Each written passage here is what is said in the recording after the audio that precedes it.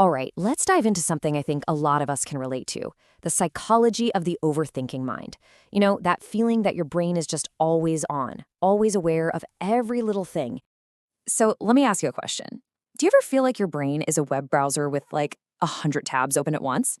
You find yourself constantly analyzing things, processing details way after everyone else has just moved on? If that sounds familiar, well, you're in the right place. So, first things first, let's reframe this whole idea. This isn't just about being anxious or neurotic. For many, it's really about having a brain that's just wired to notice more. It's like you have an always on system for observing the world around you. Think about it. You're the one in a conversation who picks up on that tiny hesitation in someone's voice, or that micro expression that flashes across their face for just a split second. And these aren't things you're imagining. You are genuinely picking up on details that just fly by most other people. So, what's actually happening in the brain?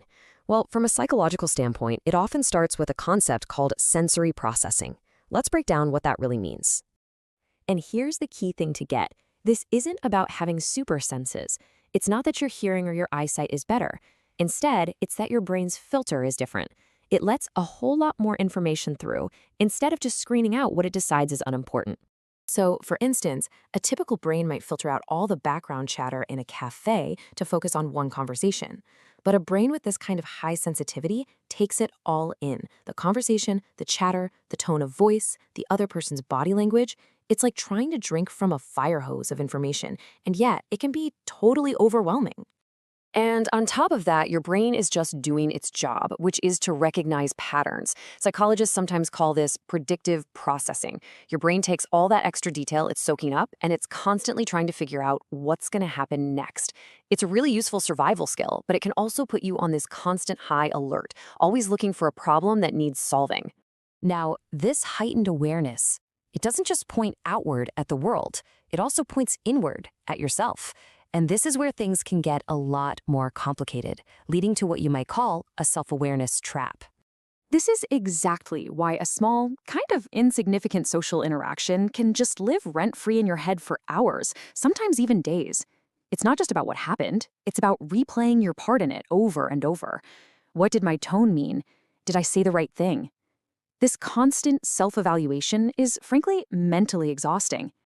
This quote, wow, it just captures that underlying fear so perfectly. You see, sometimes overthinking isn't really about analysis at all. It actually becomes a defense mechanism, a way to protect yourself from the fear of failing. And this is why overthinking can feel so productive, can it? It seems like you're preparing for every possible outcome, trying to avoid being judged or making a mistake. In a way, it's a self-protection strategy, even if it ends up creating way more stress than it actually prevents. All this processing and self-monitoring can lead to a really common problem: getting stuck in a mental loop. It's this cognitive pattern where the wheels in your head are spinning and spinning, but you're not actually going anywhere. And it is so important to make the distinction here between this and actual problem solving. Problem solving moves you towards a solution. Rumination, well, that's like a hamster on a wheel.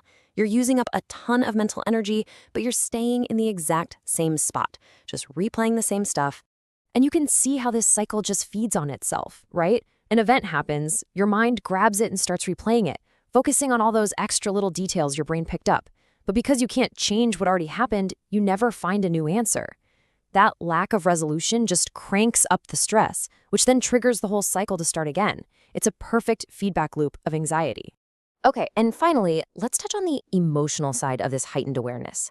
Because it's not just about thoughts, it's about feelings. And not just your own, but the feelings of pretty much everyone around you.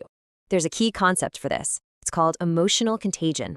And it means that for highly aware people, observing someone's stress isn't just a detached experience.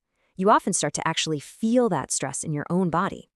It's like you absorb the emotional atmosphere of a room like a sponge.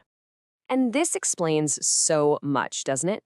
If you've ever left a party or a meeting feeling completely wiped out for no obvious reason, this is very likely why. You weren't just participating. Your emotional system was busy processing all the unspoken tensions and feelings in the room. So we'll end on this thought. This ability to see and feel and process the world in such incredible detail, it really can be a superpower. It can lead to amazing empathy, creativity, and insight, but it leaves us with a pretty big question. What's the cost of having a superpower that you can never, ever turn off?